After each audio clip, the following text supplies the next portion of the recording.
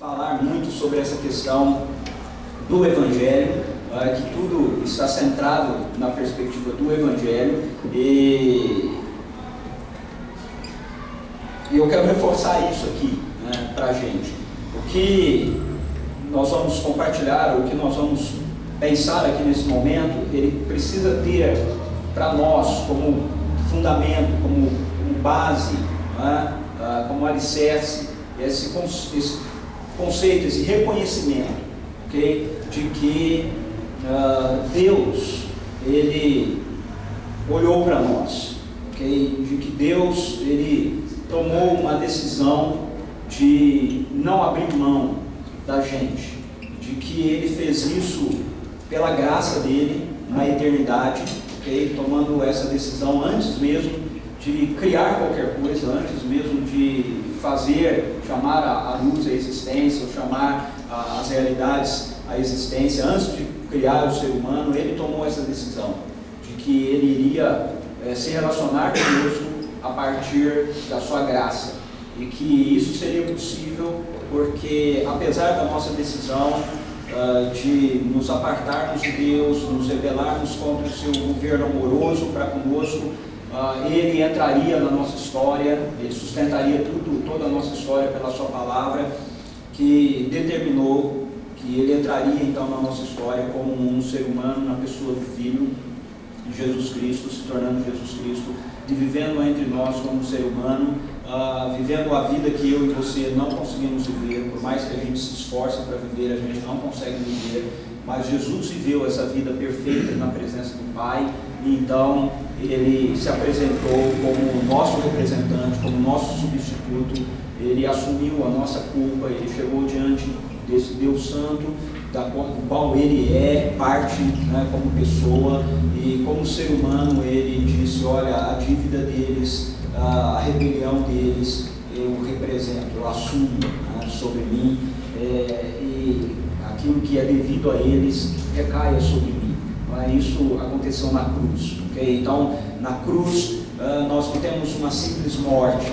A morte de Jesus não é uma morte como qualquer outra morte. Às vezes a gente ouve as pessoas dizendo isso: Jesus poderia ser de qualquer outro jeito. Não, não poderia ser de qualquer outro jeito, teria que ser desse jeito, okay? Jesus não poderia morrer com uma lança, uma flecha, um tiro. Jesus ele tinha que morrer com essa perspectiva de sacrifício, okay? Com essa perspectiva de injustiça sendo colocada sobre Ele, porque Ele na cruz estava assumindo o nosso lugar, a nossa injustiça, e Ele morre ali naquela cruz, então te substituindo. Ele vive a vida que nós não podemos viver, Ele morre a morte que deveria ser nossa, e ao terceiro dia Ele ressuscita dos mortos. E com a sua ressurreição, então, Ele tem a possibilidade de oferecer justificação, de oferecer uma conta paga a todo aquele que chega nele e humildemente se rende ao seu governo amoroso, agradece-o e reconhece que aquilo que Ele fez ali por toda a humanidade, você quer, eu quero que seja aplicado a mim, a nós, pessoalmente. E quando isso acontece, então a justiça de Jesus, ela é derramada sobre nós. Nós somos vestidos então com a justiça de Cristo. A Bíblia chama isso de justificação. Então nós somos justificados diante de Deus, e Deus agora pode nos receber na sua presença, e nada pode mais nos separar, okay, do amor de Deus. A nossa realidade com Ele está garantida, a nossa eternidade com Ele está garantida. No entanto, quando nós compreendemos a dimensão deste amor de Deus por nós, então o nosso coração também começa a desejar responder a esse amor, okay? Com compromisso, com coragem para ser diferente, com compromisso para fazer diferença para esse Deus. Nosso coração começa a ansiar e desejar aquilo que está no coração desse Deus, aquilo que foi planejado por Ele, programado por Ele, desde antes da fundação do mundo. E nós começamos porque estamos agora com a vida de Jesus em nós, a experimentar as coisas que estão no coração de Deus, os desejos que estão no coração de Deus, e a gente começa a desejar agora aquilo que Deus planejou para a humanidade, para a criação desde antes da fundação do mundo. Esse começa a ser um anseio, ok, no nosso coração. E eu acredito que nós estamos vivendo, eu tenho falado isso várias vezes aqui, mencionado isso nos nossos encontros, em pequenos grupos, nos encontros de domingo. Eu acredito que nós estamos vivendo num momento muito desafiador, okay, da história. Nós estamos vivendo um momento onde grandes desafios estão diante de nós, onde nós, dependendo de como respondemos a isso, podemos experimentar talvez o maior de todos os moveres de Deus na história até hoje, ou então nós podemos, na verdade, perder um momento significativo e singular daquilo que Deus está realizando na história. Eu não sou uma pessoa que gosta de ficar lendo muito e pesquisando muito, e menos ainda fazendo suposições apocalípticas, né? Tem gente que gosta de ficar fazendo aquelas contas, né? E comparando profecias e vendo se está perto a volta de Jesus ou não, né? E etc. Eu não sou muito afeito a esse negócio, né? Porque eu entendo o seguinte: Jesus vai voltar e eu tenho que estar pronto para isso. A qualquer momento ele vai voltar. Ele diz que ele vai voltar como um ladrão. Então eu tenho que estar pronto para isso, para qualquer hora acontecer. Pode ser hoje, pode ser amanhã, pode ser daqui 100 anos, se eu ainda estiver vivo, mas vai acontecer, ok? E na hora que isso acontecer, aconteceu, não tem mais jeito. Então não adianta muito ficar calculando e pensando, daqui 2 anos é que isso vai acontecer, então daqui 2 anos eu vou começar a pensar nesse negócio, né? E como é que vai ser a minha vida. Não, eu creio que a gente precisa viver com essa consciência de que Ele está às portas, ok? No entanto, não tem como negar que a gente vive um momento hoje na história onde a confluência das coisas estão tão nítidas, né? Que a sensação que me passa é que, se não é na minha geração, eu acho que na geração do Wesley, né, vai ser a geração que vai contemplar isso acontecer, okay? E a grande questão, a grande responsabilidade que eu acredito que fica para nós é justamente como a gente se porta como seguidores de Jesus e como discípulos de Jesus hoje, okay? Porque aquilo que nossa geração vai vivenciar e vai experimentar, ou aquilo que a geração dos nossos filhos vai vivenciar e vai experimentar, passa por nós, okay? Passa por mim, passa por você, passa por cada um de nós. Então nós temos diante de nós, de fato, um grande desafio. A gente olha para a sociedade, a gente olha para os jornais, a gente olha para a televisão e a gente vê uma pressão tremenda das trevas, do inferno, okay? Como diz o Marcelo Gualberto, é algo que cheira enxofre, né? Acontecendo, entendeu? Na nossa sociedade.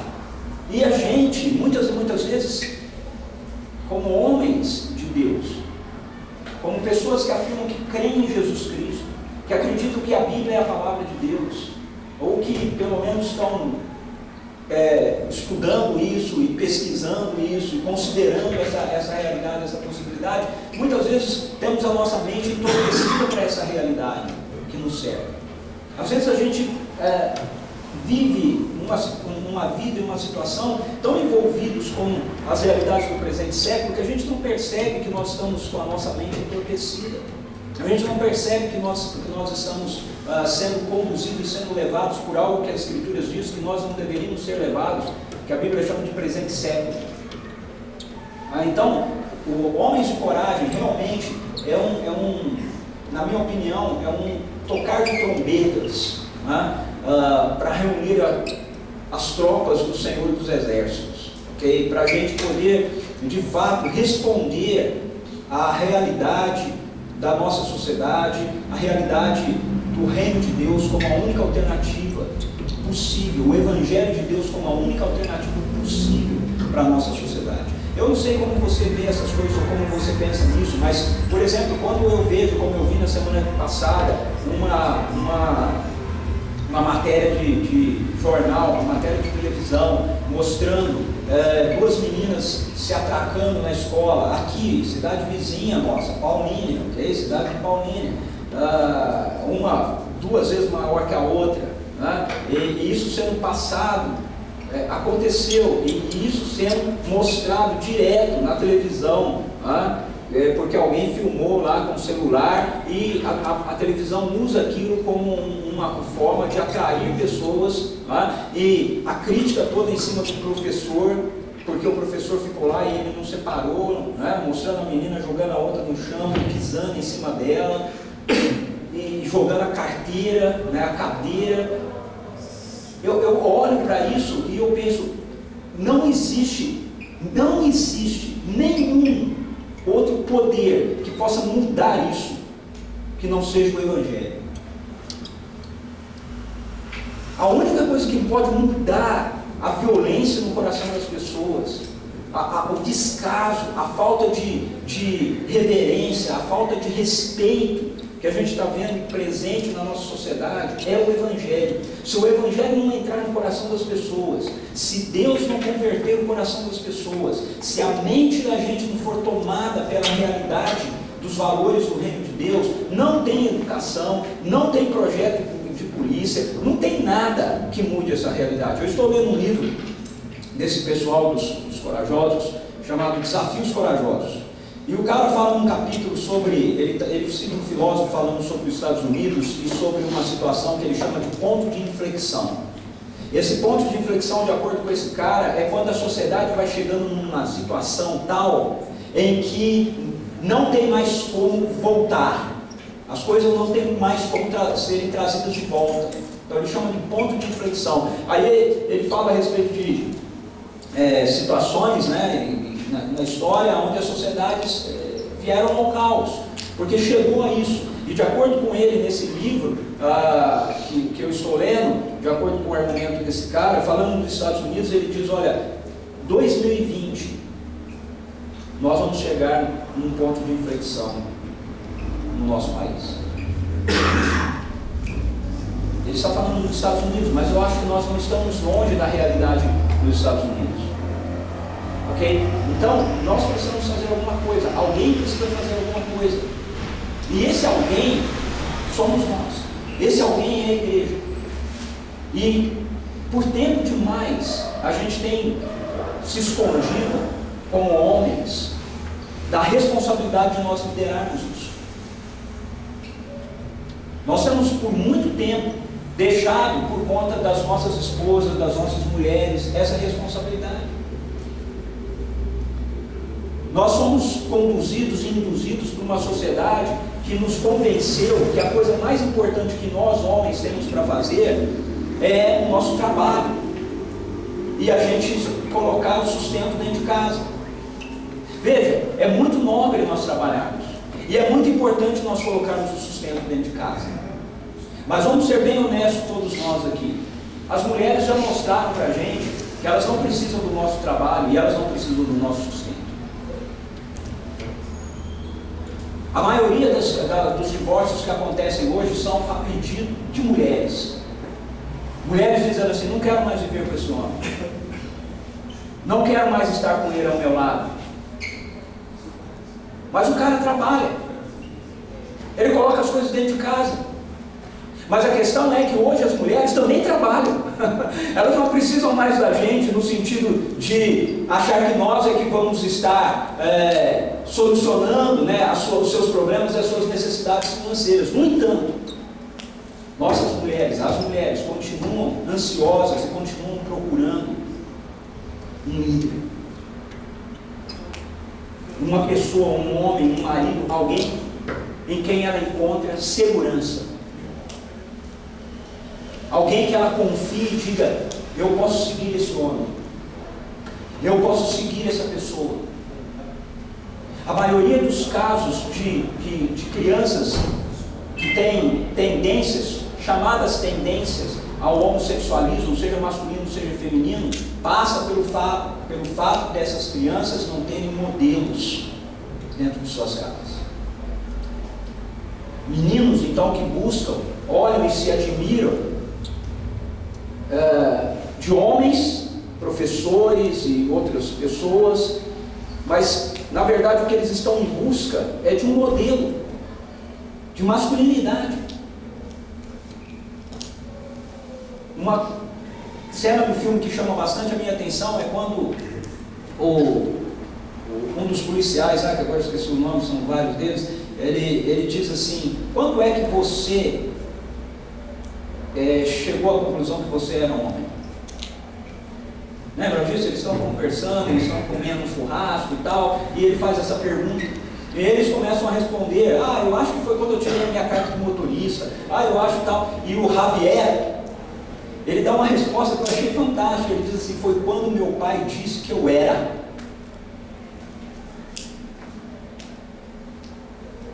E aí ele explicou: foi meu pai, quando eu tinha, não lembro se era 17 anos, né? 16 ou 17 anos, o meu pai saiu de viagem, ele me chamou e falou assim: Javier, eu vou viajar, vou ficar fora, e você é o homem da casa, você deve cuidar da sua mãe e das suas irmãs.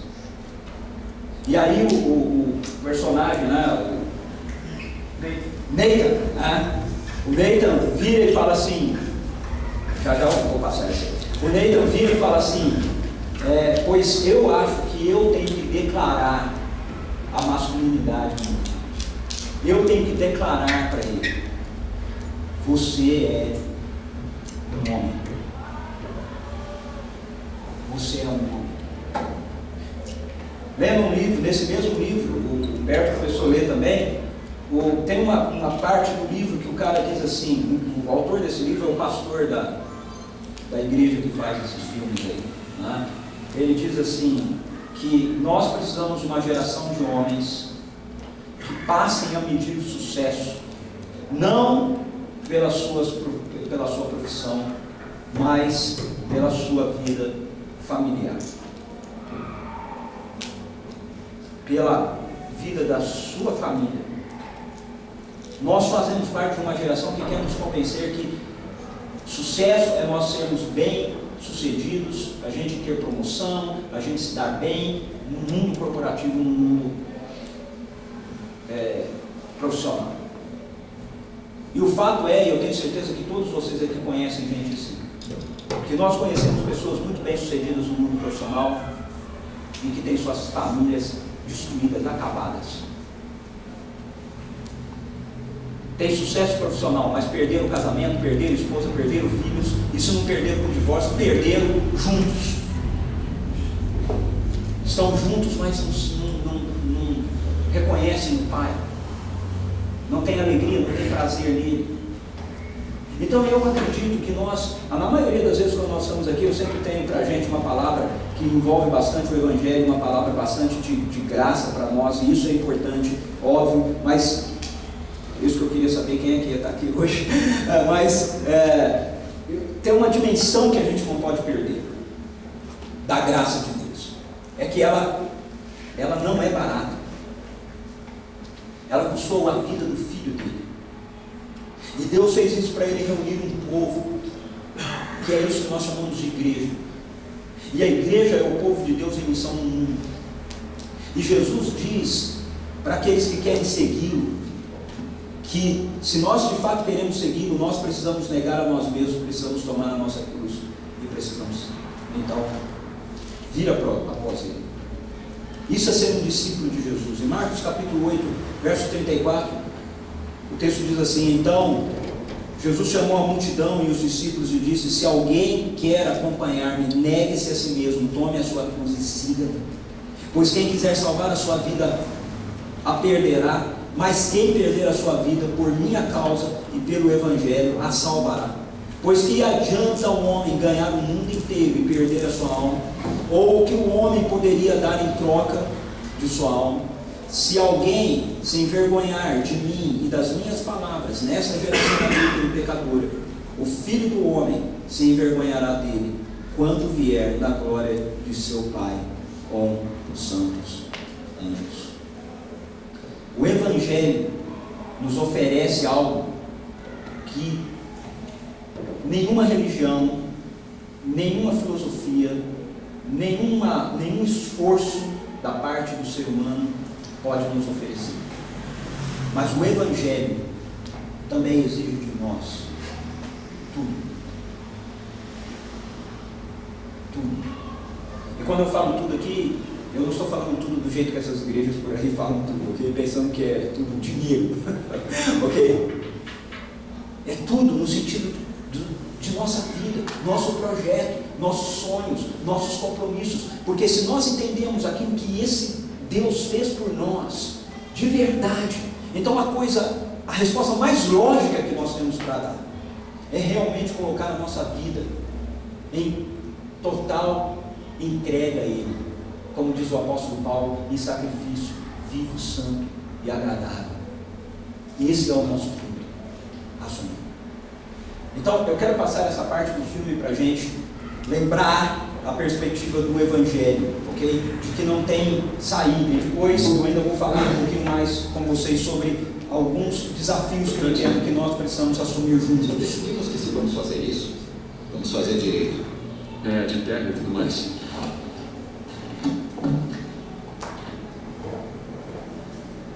Aí, Neita, posso perguntar uma coisa? Pode que? Você acha mesmo que não ter pai bagunçou a sua infância? Mais do que imagino. Eu lutei por quem eu era, tentando provar o meu valor. Eu quase entrei numa gangue. Sabe, se os pais fizessem o que tem que fazer, metade do lixo que encontramos nas ruas não existiria. Por que está preocupado com isso? Está nervoso sobre ser pai um dia? Eu já sou pai. Você tem um filho? Uma garotinha. Tem 4 anos.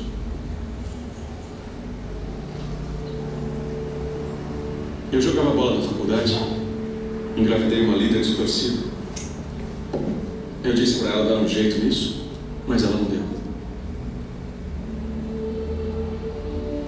Aí eu fiquei bravo e deixei ela se virar sozinha.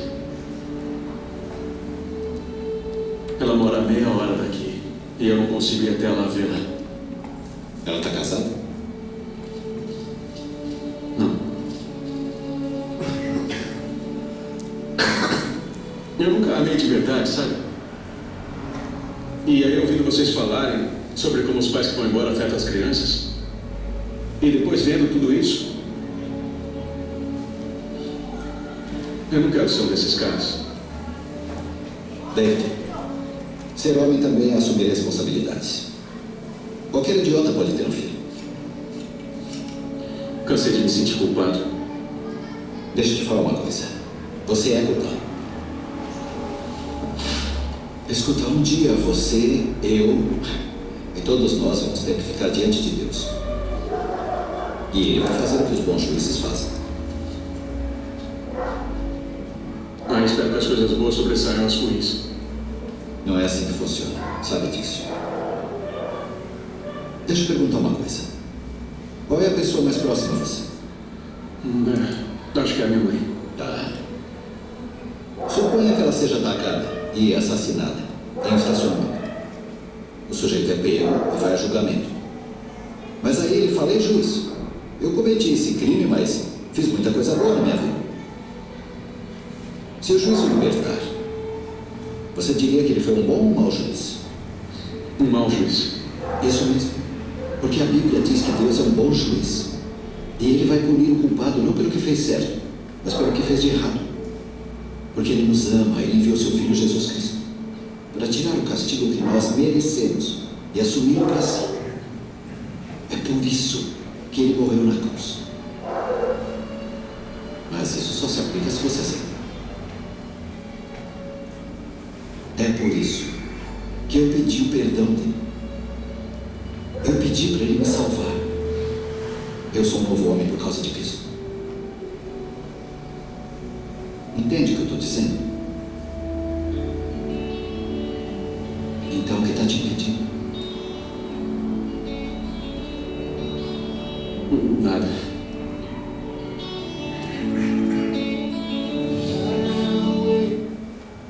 Muito bem. Eu quero te dar 2 minutos.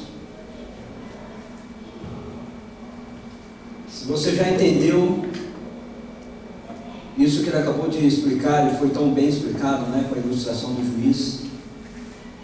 Deus enviou Jesus Cristo para poder nos dar o seu perdão. Ele não pode ignorar o nosso pecado. Ele não pode ignorar que nós somos devedores, que nós somos criminosos. Mas Ele, por amor, pode solucionar isso para a gente, e solucionou em Cristo Jesus. Quando nós aceitamos o seu perdão, nós somos perdoados, somos reconciliados com Deus. Então eu quero te dar 2 minutos para você responder o que foi respondido aí, né? O que te impede de fazer isso? Se a sua resposta é nada, você ainda não fez, então eu quero te dar 2 minutos para você fazer isso essa noite. Para você dizer para Ele: eu aceito o seu perdão, Deus, em Cristo Jesus. O resto é consequência, mas esse é o primeiro passo. Esse é o primeiro passo. Não adianta, e eu não quero estar iludido com isso, né? Não adianta a gente, é muito bacana a gente ter todos vocês aqui, mas não adianta nós termos amigos da igreja, amigos da CTV. Nós queremos discípulos de Jesus, gente que se rende ao governo dele. Então eu quero convidar você a fechar. E se você já fez isso, agradeça a Deus, diga: Deus, obrigado pelo teu perdão em Cristo Jesus. Ok? Então feche seus olhos, fale. Pode parecer muito simples, mas é exatamente assim que funciona. Ok? É exatamente assim que funciona. E se você está pensando assim: mas eu não sei, eu não entendo muitas coisas da Bíblia, isso vem depois.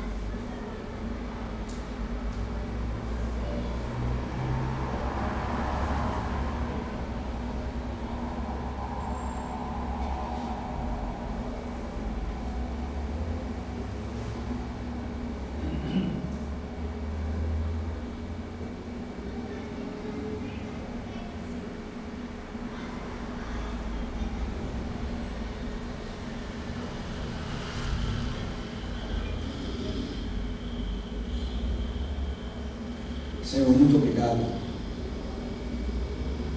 porque o Teu Espírito diz a Tua palavra que nos convence do pecado, da justiça e do juízo. Ele é o único que pode mudar o nosso coração, renovar a nossa mente. Obrigado porque o Senhor nos oferece essa possibilidade através do Teu Filho, que o Senhor enviou para morrer no nosso lugar. Que nada nos impeça, Senhor, de aceitar o Teu perdão por nós. Em nome de Jesus. Amém. Amém. Ok, eu quero compartilhar agora com você. Vou falar, posso falar? Pode. Tá, eu queria dizer que há 2 semanas atrás completei 40 anos de caminhada com Jesus. Eu tive o grande privilégio de tomar uma decisão de segui-lo. Tomar essa decisão quando eu tinha 13 anos, e graças ao exemplo que eu tive também dos meus pais, mas aquilo foi minha decisão, e de lá para cá foram 40 anos, e eu acho que eu não me tornei crente velho, aquilo está mais vivo do que nunca, e é uma grande bênção, e essa semana foi muito abençoada, o grupo familiar foi muito abençoado, a oportunidade dentro da empresa, de 35 pessoas assinarem o termo de compromisso, uma grande bênção. E eu sei que houve daí alguma coisa em casa, no final daquele dia, a minha esposa me disse: Albert, cuidado para não destruir a bênção que Deus te deu hoje. E eu aprendi uma coisa, eu até queria perguntar para você, mas Deus me deu a resposta: quanto tempo dura uma bênção, a vida toda depende da gente, a vida toda. E é isso que eu espero que a gente possa gozar, usufruir desse tipo de vida. Muito bom. Joia. Pô, essa é uma reunião do jeito que eu acho que a igreja tem que ser. Não posso falar, muito bom. Eu quero compartilhar com vocês um texto que está em Daniel. Se você estiver com a Bíblia e quiser abrir ou ligá-la, em Daniel capítulo 1. Porque às vezes nós olhamos a nossa geração e realmente ela é uma geração, como eu falei, que traz para a gente grandes desafios, mas ela não é a única geração que trouxe grandes desafios. Okay? Ao longo da história nós tivemos muitos momentos onde homens e mulheres de Deus passaram por situações muito difíceis, situações de grandes desafios, em alguns casos até situações mais difíceis do que as próprias que a gente está passando. E Daniel, ele foi um homem, um jovem homem, que vivenciou um período na história do povo de Deus, que foi assim, um período muito difícil. Daniel capítulo 1 conta para a gente um pouco dessa história. Eu quero ler o texto com vocês. Diz assim: no 3º ano do reinado de Joaquim, rei de Judá, Nabucodonosor, rei da Babilônia, veio a Jerusalém e a sitiou. E o Senhor entregou Joaquim, rei de Judá, nas suas mãos, e também alguns dos utensílios do templo de Deus. Presta atenção, o Senhor entregou. O Senhor entregou. Ele levou os utensílios para o templo do seu Deus, na terra de Sinear, e os colocou na casa do tesouro do seu Deus. Depois o rei ordenou a Aspenaz, o chefe dos oficiais da sua corte, que trouxesse alguns dos israelitas da família real e da nobreza, jovens, sem defeito físico, de boa aparência, cultos, inteligentes, que dominassem os vários campos do conhecimento e fossem capacitados para servir no palácio do rei. Ele deveria ensinar-lhes a língua e a literatura dos babilônios. De sua própria mesa, o rei designou-lhes uma porção diária de comida e de vinho. Eles receberiam um treinamento durante 3 anos e depois disso passariam a servir o rei. Entre esses estavam alguns que vieram de Judá: Daniel, Ananias, Misael e Azarias.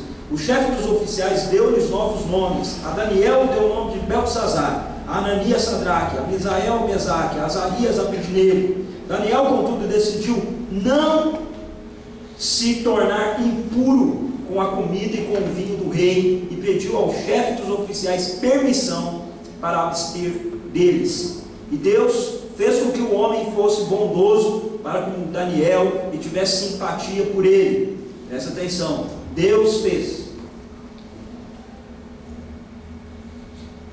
Apesar disso, ele disse a Daniel: tenho medo do rei, o meu senhor, que determinou a comida e a bebida de vocês. E se ele os achar menos saudáveis que os outros jovens da mesma idade, o rei poderia pedir a minha cabeça por causa de vocês. Daniel disse então ao homem que o chefe dos oficiais tinha encarregado de cuidar dele e de Ananias, Misael e Azarias: peço-lhe que faça uma experiência com os seus servos durante 10 dias. Não nos dê nada além de vegetais para comer e água para beber. Depois compare a nossa aparência com a dos jovens que comem a comida do rei e trate os seus servos de acordo com o que você concluir. Ele concordou e fez experiências com eles durante 10 dias. Passados 10 dias, eles pareciam mais saudáveis e mais fortes do que todos os jovens que comiam a comida da mesa do rei.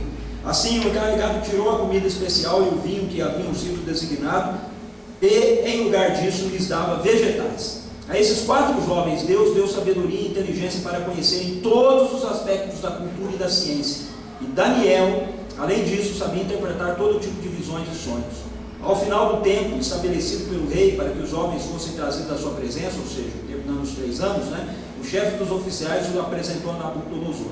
O rei conversou com eles e não encontrou ninguém comparável a Daniel, Ananias, Misael e Azarias, de modo que eles passaram a servir o rei. O rei lhes fez perguntas sobre todos os assuntos que exigiam sabedoria e conhecimento e descobriu que eram 10 vezes mais sábios do que todos os magos e encantadores de todo o seu reino. Daniel permaneceu ali até o 1º ano do rei Ciro.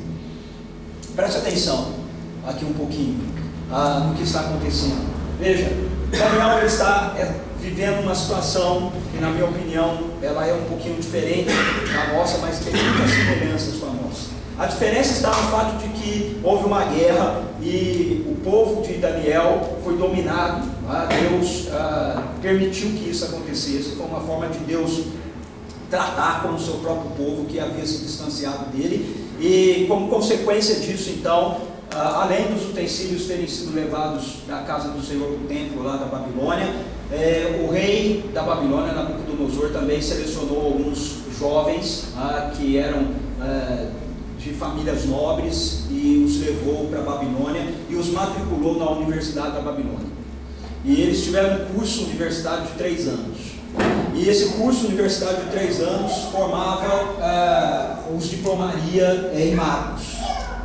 Era um curso para se tornarem magos da Babilônia. Okay? Pessoas que iriam aprender então a lidar com a arte da magia, do encantamento, né? E dessas coisas todas assim. Eles iam aprender todas essas perspectivas, porque os sábios da Babilônia, eles eram isso, eles eram bruxos, eles eram magos.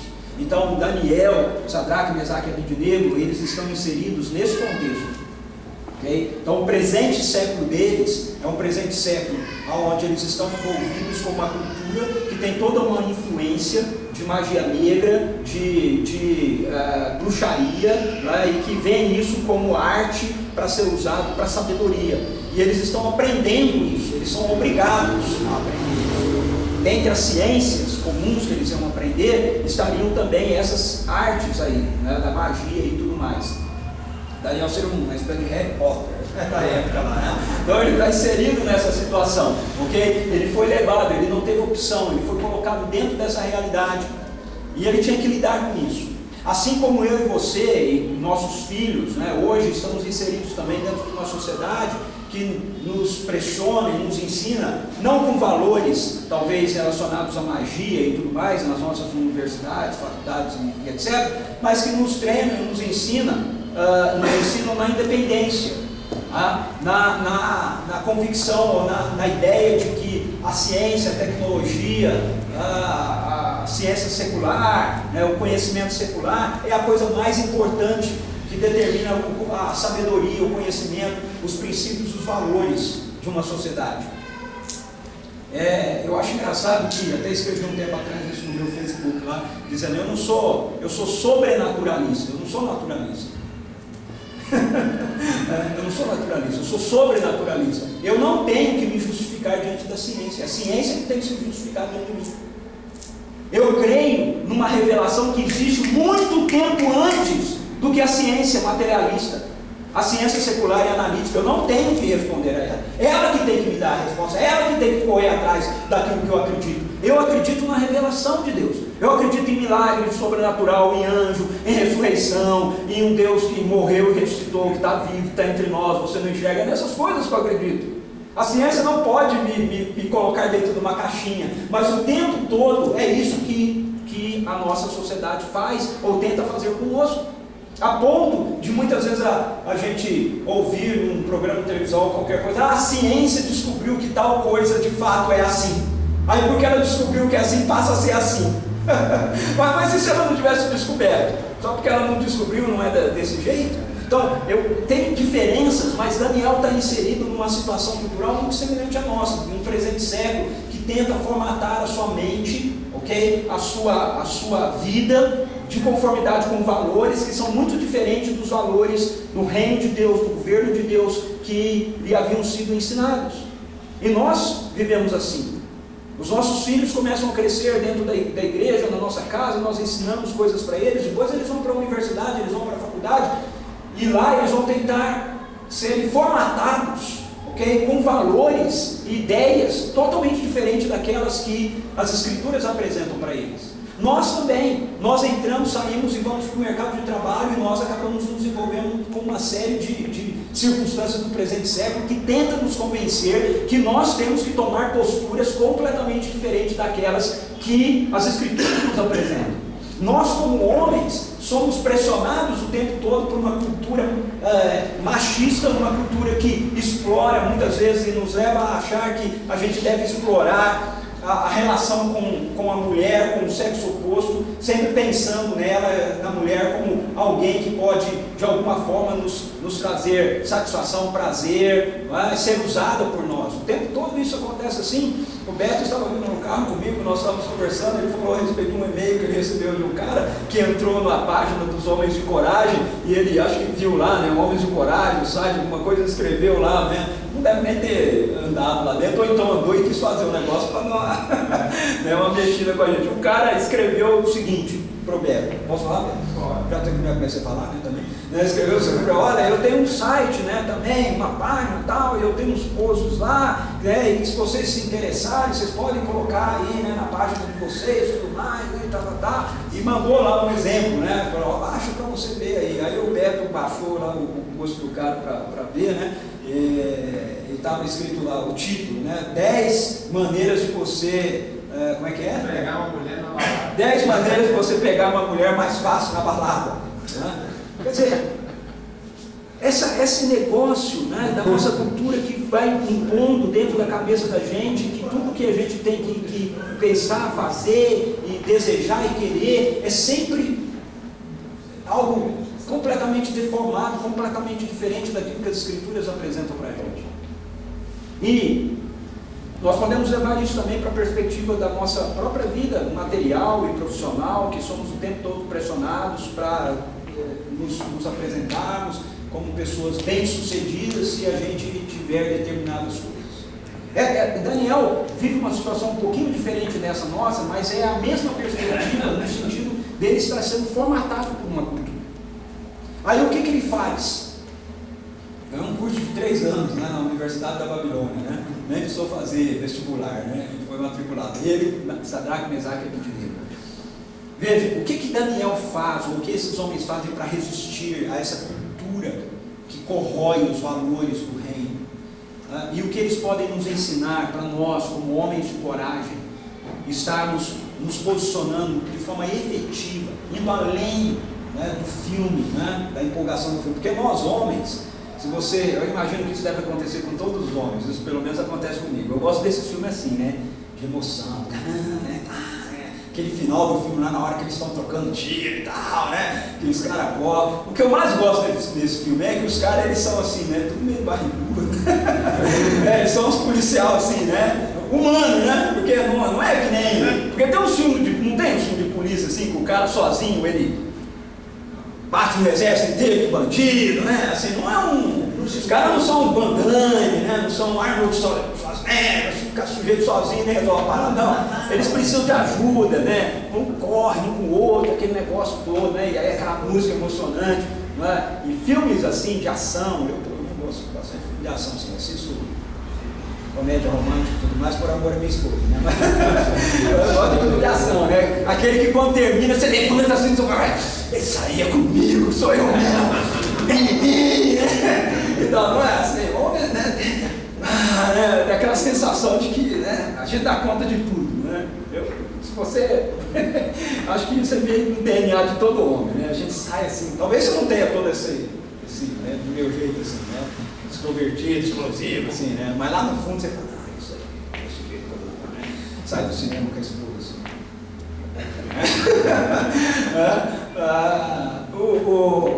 Esse negócio muitas vezes nos ilude, né, com relação ao fato de que a vida ela é muito mais desafiadora do que a gente imagina. Então, para que não fique apenas no fim do filme, né, o final é brilhante, né, correto, né, quem vai, para que isso não fique só no filme, para que isso seja uma realidade na nossa vida. Tem 3 coisas que esses Daniel, Sadraque, Mesaque e Abednego fazem aqui, que eu quero desafiar a gente como homens de coragem, como discípulos de Jesus, da CPV e amigos da gente da CPV, assumir também. Primeira coisa é decisão. O texto diz que Daniel decidiu. Verso 8, Daniel, contudo, decidiu não se tornar impuro com a comida e com o vinho do rei e pediu ao chefe dos oficiais permissão para se abster deles. E ele não fez isso sozinho, porque a partir daí o texto fica no plural. Então, Sadraque, Mesaque e Abednego estão junto com Daniel nessa decisão. Daniel decidiu. Nós precisamos tomar decisões nossa vida. Decisões sérias, para valer.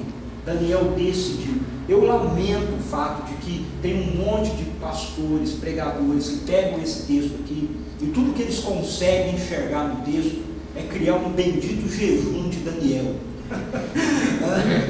Pegar o texto que fala que Daniel não quis se contaminar com a comida do rei, com o vinho do rei, comeu legume e água, e crio aí uma história de jejum de Daniel, porque aí depois também, que não é nem no texto, é outro texto, né, que Daniel vai orar 21 dias, aí ele junta 21 dias com esse texto aqui, faz uma salada mista, aí vira esse negócio de jejum de Daniel de 21 dias. Ele não jejuou 21 dias, viu? Ele assumiu uma postura para a vida toda.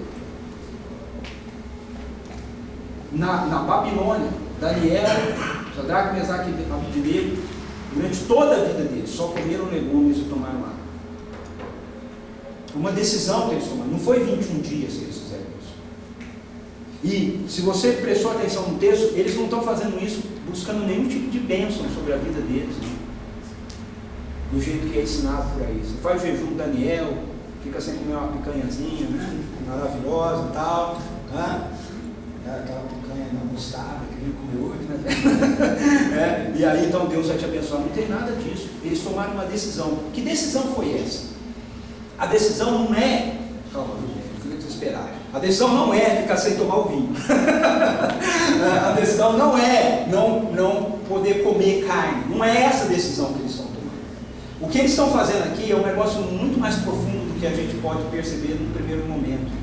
A questão é o seguinte: eles não tinham como não aprender, rejeitar, não aceitar a instrução que eles teriam que receber da Babilônia. Eles teriam que fazer aquilo.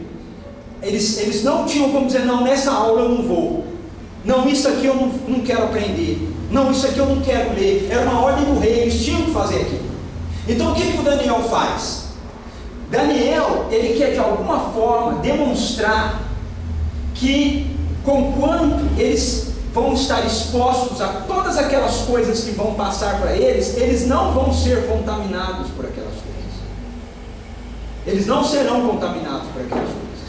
Então ele tenta de alguma maneira comunicar isso para o rei, para a Babilônia, para os servos e tudo mais, ok?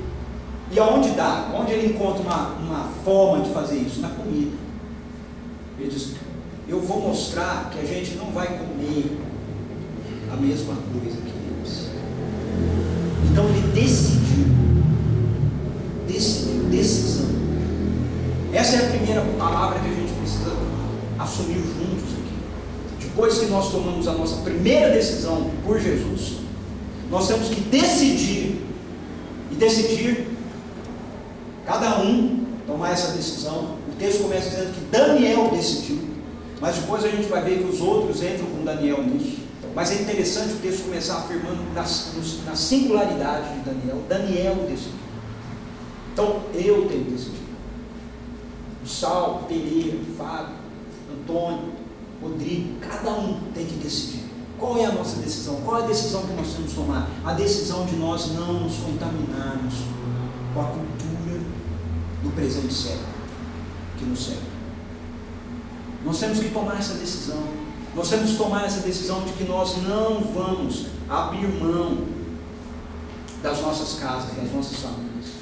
Nós não vamos abrir mão dos nossos filhos. Pode parecer muito salutar para a gente, muito. A sociedade diz: ó, você tem que melhorar financeiramente, você tem que crescer. Eu não tenho nada contra isso, gente. Isso tudo é muito maravilhoso, desde que a gente não comprometa valores.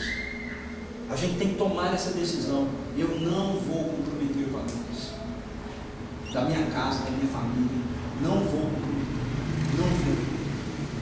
Todos nós falhamos, ok? Mesmo quando nós tomamos decisões. E talvez você esteja aqui e você esteja dizendo assim: puxa vida, mas eu já falhei nisso aí, que já ficou para trás, meu filho já cresceu e tudo mais. Nunca é tarde. Nunca é tarde. Deus pode sempre remir qualquer circunstância, qualquer situação. Satanás, eu tenho dito isso muitas vezes para mim mesmo, pensando nos meus filhos. Satanás, ele não se importa de eu ter um ministério bem sucedido se isso custar minha família. Ele não se importa. Ele não se importa.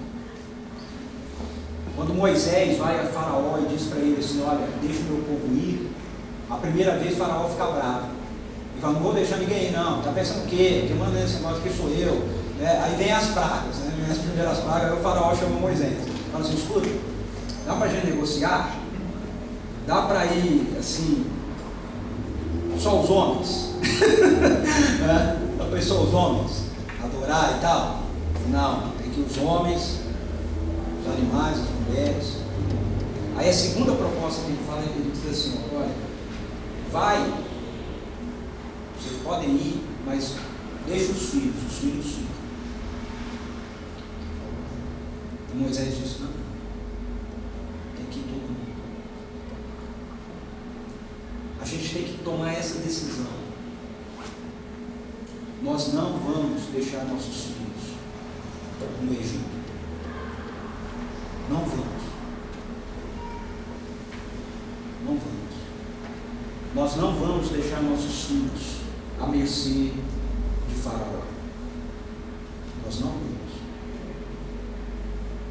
Então nós precisamos, essa é a primeira lição que eu quero compartilhar com a gente. Nós, depois da nossa primeira decisão, nós precisamos tomar uma segunda decisão. A segunda decisão é essa, é negar a nós mesmos, tomar como Senhor Jesus. A segunda decisão é essa, é saber que se a gente quiser ganhar o mundo todo, nós vamos perder a vida. E se a gente quiser perder a vida por Jesus, pelo Evangelho, nós vamos ganhar o mundo todo. Decisão. Mas o texto vai continuar e vai dizer aqui para a gente que o Daniel faz essa proposta, né, pro cara lá que cuidava deles, e ele fica meio com medo, né? Ele diz assim: tenho medo, do verso 10, tenho medo do rei, do meu senhor, que determinou a comida e a bebida de vocês, e se ele os achar menos saudável que os outros jovens da mesma idade, o rei poderia pedir a minha cabeça pelos olhos de vocês. Daniel disse então ao homem que o chefe dos oficiais tinha encarregado de cuidar dele de Ananias, Misael e Azarias: peço-lhes que façam uma experiência com seus servos durante 10 dias. Não nos dê nada além de vegetais para comer e água para beber. Depois compare a nossa aparência com a dos jovens que comeram a comida do rei e trate os seus servos de acordo com o que você concluiu. Ele concordou e fez a experiência com ele durante 10 dias. Segunda questão que nós precisamos ter juntos aqui. Primeira é decisão. A segunda é determinação. A maioria de nós, de vocês, de nós, vão reconhecer isso. Nosso problema não está tanto em decidir. Nosso problema está em levar adiante o que a gente decide. Não é verdade? Às vezes a gente decide coisas rápidas. A gente pode decidir pela emoção. Terminou um filme, vamos assinar um compromisso, né? Aí estamos emocionados. Por isso que eu achei legal essa ideia que o Albert teve lá na empresa dele. Passou o filme lá, depois tinha os encontros, né, e tal, essa que o Marcelo está propondo. Por quê? Determinação. Determinação. Começar as coisas, decidir começar coisas é fácil. Nós estamos no segundo dele, que é determinação. Começar o casamento é fácil. Levá-lo até a morte o separe é determinação. Ter um filho é fácil. Educá-lo para que ele se torne um homem, uma mulher íntegro, cheio de virtude, de Deus, é determinação. Então nós precisamos decidir, sermos determinados nas nossas decisões. Não abrirmos mão diante dos primeiros empecilhos, diante das primeiras dificuldades, diante das primeiras lutas, diante das primeiras provações, porque não tenha dúvida, querido, elas virão. Roberto, vai vir, meus homens de coragem.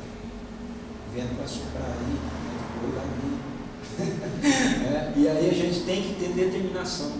É fácil a gente começar as coisas. A questão é continuar. Eu sempre falo,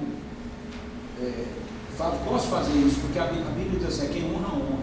Né? Para alguns pode parecer muito estranho, entendeu? Mas muito do que eu aprendi sobre andar com Deus, eu aprendi através do caráter. Eu aprendi determinação, eu aprendi na minha vida. Não foi com a igreja, foi com o caráter, com o meu sensei. Botar uma cadeira lá na frente e falar, vamos chutar 1000 vezes. Eu chegava nos 200, a perna já não estava levantando, mas está mais pesada que não sei o que. E ele continuava, né? E eu tinha que continuar também. Determinação. Homens de coragem. Nós aqui, como comunidade, como igreja, CTV, nós temos grandes desafios diante de nós. Deus tem grandes coisas para realizar através da minha vida, da sua vida, através da nossa comunidade, através de nós como homens. Mas nós precisamos ser determinados. A gente precisa estar determinado no nosso trabalho, na nossa casa, no nosso casamento, na vida da comunidade. Nós precisamos de determinação. A gente não pode abrir mão diante das primeiras dificuldades. E o outro D, são 3 D que eu vou arrumar aqui para você guardar, né? Decisão, determinação. Terceiro D, dependência. Dependência. Mas não é óbvio que tem a dependência de Deus, tá? Mas não estou pensando aqui na dependência de Deus, não. Eu estou pensando nesse momento aqui na dependência interpessoal. Veja, depois que é afirmado no texto a decisão pessoal, diz assim, Daniel decidiu, o texto vai para o plural. Começa a falar, né? E Deus fez. Não, já no final do verso 8, né? Permissão para se abster deles, e Deus fez com que o homem fosse bondoso para que Daniel tivesse simpatia por ele. Apesar disso, disse Daniel a Daniel: tenho medo do rei, meu senhor, verso 10, que determinou a comida e a bebida de vocês. E aí vai para o plural.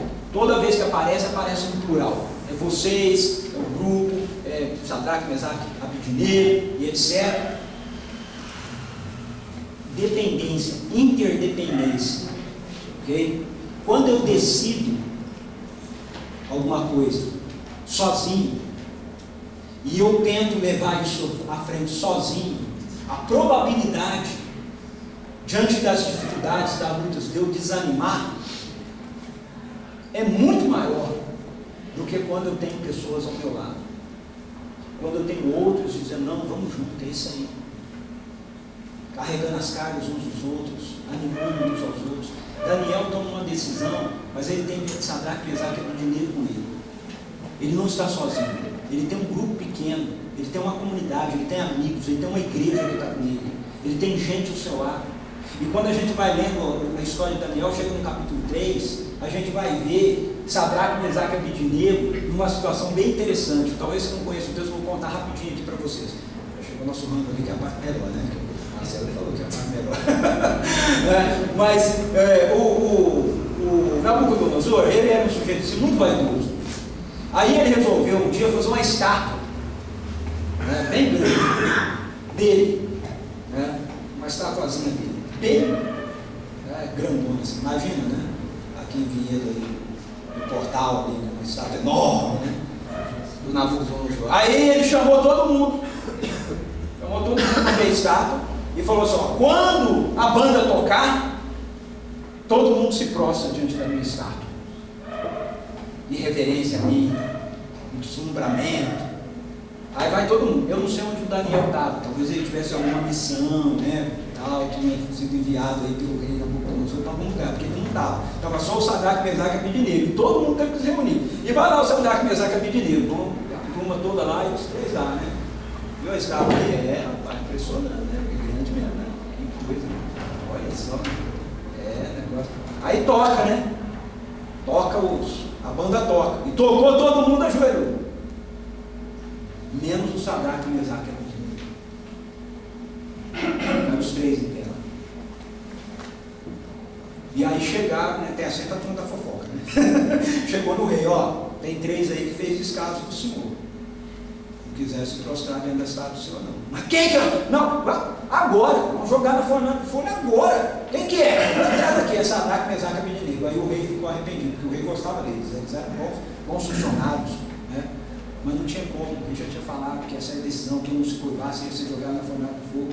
Aí o rei tentou dar uma quebradinha de gado, né? Ó, chama eles aqui. Esses meninos aí, eles vieram de fora, eles são lá de Jerusalém, sabe, da Judéia, eles não entendem muito bem o vocabulário da Babilônia, eu vejo que eles não entenderam direito o que era para fazer, deixa eu explicar. Aí chamou e falou, escuta, aqui dentro de vocês, presta atenção, quando tocar o negócio, todo mundo tem que dar uma ajoelhada, entendeu? Então dá uma ajoelhadinha aí, não precisa seja rapidinho, precisa amarrar o sapato, amarrar o sapato, botou uma sandália, mas foi alguma coisa, senão, eu falei aqui, a palavra do rei é rei, você vai para a fornalha, vai para a fornalha do fogo. E o Sadraque, Mesaque e Abednego viram para ele e disseram, fica sabendo o Senhor o seguinte, olha, nós não vamos nos curvar não, nós entendemos o que era para fazer, não fizemos de propósito, e não vamos fazer, não vamos nos curvar, não precisa nem mandar a banda tocar de novo, porque vai perder tempo, porque a gente só se curva diante de Deus, nós não vamos nos curvar diante da estátua do Senhor. Aí o rei disse para ele, então, não há Deus aí na terra que pode salvar vocês aí, sabe? Deus de vocês se vira aí fora. E fica sabendo mais. Se o nosso Deus quiser nos salvar, Ele salva. Também se não quiser salvar, que o Senhor fique sabendo que só Ele é Deus. Não tem que salvar. Só Ele é Deus. Não vão fazer. E não fizeram. E o rei ficou nervoso, né? Mexeu com ele, ficou, né, irritado. Aí ele gostava deles, né? Mas só que ele ficou irritado, porque imagina, é o chefe que anda fazendo negócio, ele chega lá e fala que não vai fazer. Ele ficou irritado, falou, põe 3 vezes mais fogo aí nessa fornalha. Eu quero a fornalha bem ardente, não quero ardentezinha, não, é bem ardente. Aí tinha tanto fogo, que os caras que jogaram o Sadraque, Mesaque e Abednego lá dentro morreram queimados. Os caras que jogaram morreram. E os 3 ficaram fazendo uma sauninha. Escuta, dá para aquecer mais aí? Foguinho no fogo? E o rei olha e fala assim, peraí, não foram 3 que nós jogamos? Como é que tem 4? E o quarto que eu vejo é semelhante a um filho de Deus. Então, a presença de Jesus Cristo, antes da encarnação dele, se fez com eles ali dentro, e o fogo não dos seres maus. O texto bíblico diz que nem cheiro de fumaça pegou na roupa deles, não chamuscou um fio de cabelo. E a gente diz assim, a gente lê esse texto de novo, né? Falando, pensando, mas Deus libertou. Mas presta atenção no que eles disseram. Se Deus quiser nos livrar, Ele pode livrar, mas também se não quiser, fique sabendo, olha, só Ele é Deus. Agora, o que eu quero chamar a atenção para vocês aqui é que estavam os 3. Estavam os 3. Na hora de tomar a decisão, Daniel, deles assumir, estavam os 4. E aqui estavam os 3. Eu gosto de ler a Bíblia com imaginação, já falei isso, né? Eu fico pensando na hora lá, né? Se eu estivesse lá, como é que seria a cena, né? Fico pensando, acho que os 3 lá, aí toca a trombeta. Aí o Abednego olha assim e falei, você vai abaixar? Eu não. Eu sei, não vai abaixar? Eu não vou abaixar nada. Não vai abaixar coisa nenhuma. Então não vou, então não. Um dá força para o outro. Um está junto do outro. Interdependência. A gente tem que estar junto. Isso não é só por causa do homem de coragem. Esse é o projeto de Deus para a igreja. A gente tem que estar junto. Porque na hora que o coração da gente está pensando em fraquejar, falhar, desistir, o outro fala, mas você vai parar. Você não vai continuar, não? O treino mais difícil de karatê, sabe qual é? Sozinho. Treinar sozinho. É mais difícil. Quando você tem outros, você olha e fala assim, o cara não vai parar, eu também não vou parar não. Né? O cara está continuando, eu também vou continuar. Mas quando você está treinando sozinho, você fala assim, vou fazer 500 vezes.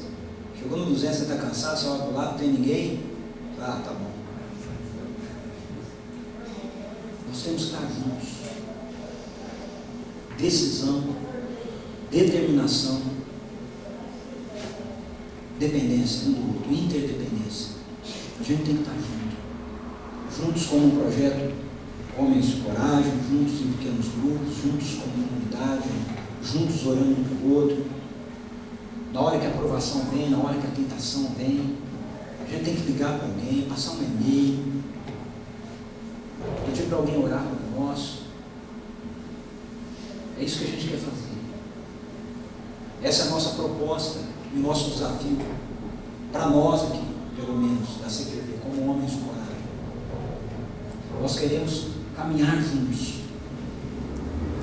uns com os outros, um apoiando o outro. Acho que o Mosaico tem dado um exemplo para a gente bem bacana com isso, com relação ao processo discipulado que eles começaram. Eu acho que isso é algo que a gente pode trazer, né? Temos trios corajosos, okay? Trios corajosos, onde a gente pode ficar responsável um pelo outro, cada 3. E aí a gente tem esses encontros maiores para, né, atear mais fogo na fornalha, mas o que vai manter a chama acesa é esse caminhar juntos, né, independência um do outro, com determinação, nos ajudando a manter a nossa decisão originada em Cristo Jesus, como o Albert compartilhou aqui em relação a dele há 40 anos atrás. Então eu queria que a gente orasse agora. Eu queria que a gente praticasse isso. Eu queria que a gente formasse trios, que a gente pudesse juntos orarmos. Né? Trios ou grupos de 4, né? Não sei se vai dar 3 aqui, né? Mas que a gente tivesse um tempinho para a gente orar juntos e a gente fazer uma aliança, ok? Uma aliança juntos, dizendo: olha, Senhor, nós queremos caminhar juntos, nós queremos não nos contaminar com a comida de Nabucodonosor, o materialismo, a pornografia, a lascívia, a mentira, a ganância, a ideia de que o valor da gente está no que a gente consegue produzir, não em quem nós somos. Nós queremos caminhar juntos, cuidando da nossa família, inspirando, né? Inspirando em outros que olham para a gente o desejo de ter uma vida como a gente está tendo. Vamos orar assim? E aí a gente termina essa parte, esse tempo de oração, e a gente pode ir para nossos comes aí, bater papo.